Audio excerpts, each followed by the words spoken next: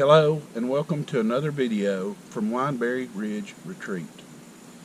If you look at a calendar, we have about another month and a half left in the year 2024. Personally, I can't help but have some reflection this time of year on just how the year has went. Toward that end, and somewhat related, in this video I'm going to have a potpourri of sorts of some of the various videos and photos that I've taken here on the property during the past year.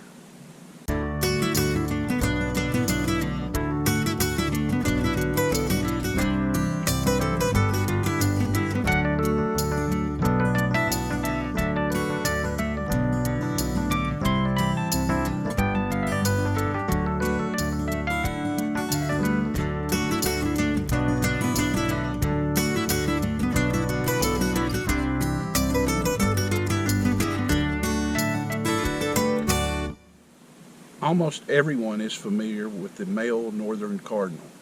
It's a splash of red where it shouldn't be in nature against everything else that's green or drab. And one of the reasons so many of us are familiar with the cardinal is because it's a very frequent visitor at a bird feeder. If you feed birds, you've almost certainly seen cardinals at your feeder because they love any of the seed that you're going to put out. However, a lot of folks aren't aware in this area that we also have another bird that is almost solid red. It has black on the wings, but it is, to me, even more brilliant in color than the cardinal. That is the scarlet tanager.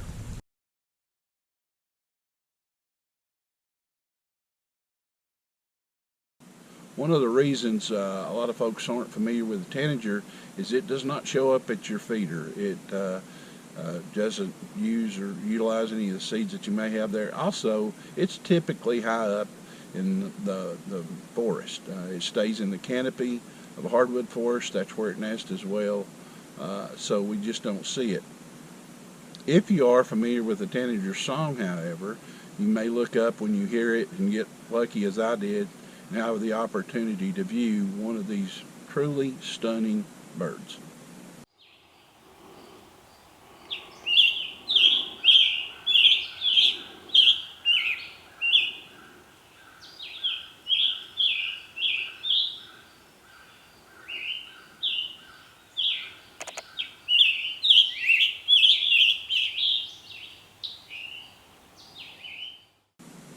I was out on the property probably about a month ago as the leaves were starting to fall, just looking around, and I spotted this just splash of color among everything else that I had. So investigating, I literally saw it probably 100, 200 feet away. Just bright pink, it just stood out. And when I found it, it was the first of its kind that I had ever seen here on the property. But the fruit capsules seemed very familiar to me. Looking it up, I actually finally determined the plant to be European spindle tree. Like the strawberry bush and the burning bush, it belongs to the genus Euonymus. Very strong wood. The reason for its name is it actually was used to make spindles for spinning wheels. It is an invasive, supposedly where it occurs, but obviously it is not a native here in the United States. So this thing is brought in, and I'm sure it was brought in for ornamental purposes because it is stunning, as you're going to see from some of the images and the clips that I have.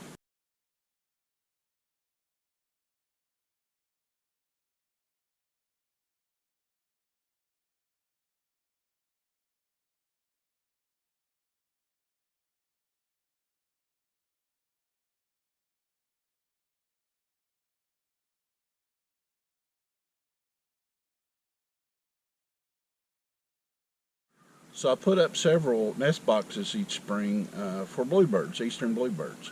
However, when the tree swallows return each spring, generally in late March, early April, they and the bluebirds have a tremendous battle for the right to nest in these boxes. I don't know if there's a specific or clear winner each time. It seems like the bluebirds actually, because they're residents through the winter, get a little earlier start and possibly have some nests started by the time the swallows are back. And then once the swallows are back, it seems like they have their opportunity. Keep in mind the bluebirds especially will nest at least 2, if not 3 or 4 times each summer. So even though one species might have a box for a nesting opportunity, as soon as they're finished, the other species might take over. So what I've got coming up is actually a box that I was checking out to see if it had any eggs. It actually had 4 eggs in it, and they were bluebird eggs.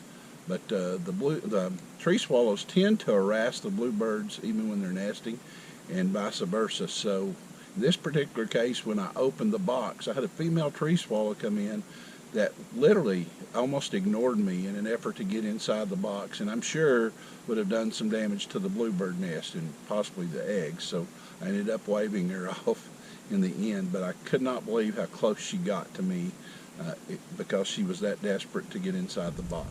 So this next clip, say hello to my little friend.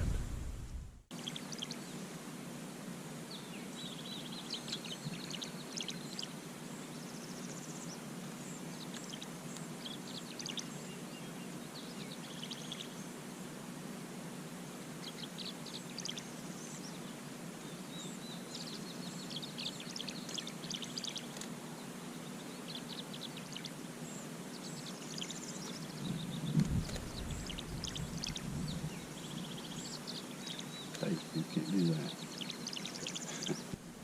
So this next clip I'm going to leave as a mystery. Some of you may be familiar with this, but I'm betting a lot of you aren't. And actually, although the video is there, I captured no video of what I was trying to capture. But I do have a couple of clips that I'm going to show you just for the audio purposes. I heard these guys on the property one day just cutting a rug, went to investigate, found them fairly easily because they're very loud.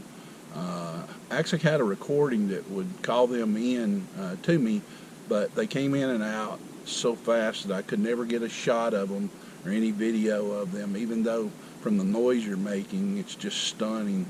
They got so close to me, but they do make a sound that a lot of people have not heard, especially shown in the second clip. And at the very end, I finally managed to get a single photo at a pretty good distance. One of these guys, and I've got the name of it on there, but see if you can guess what this is before I actually show you.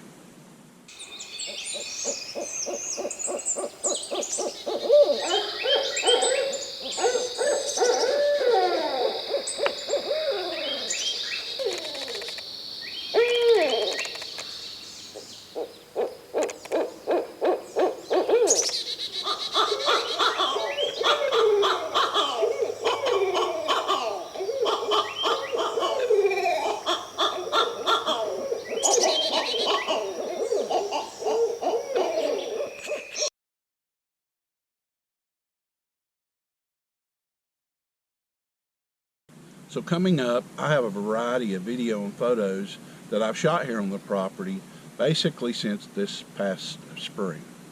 So I hope you enjoy those, but the very first one, just to give you a little information on, is basically the seed pod of a common milkweed. In the first photo that pops up, you can actually see the seeds stacked on each other waiting for the pod to break open so they can escape. The second image is a video of the seed pods as they are just about ready to float away. The little white downy looking structure that each of the seeds is attached to is called a pappus. So that will actually float away on the wind once the seed is released from the seed pod. If you are familiar with the poem "'Twas a Night Before Christmas," it mentions somewhere in there like the down of a thistle. Basically, the down of a thistle is similar to what you're going to see on these milkweed seeds, and basically that the pappus is what's known as the down of the thistle. It is those.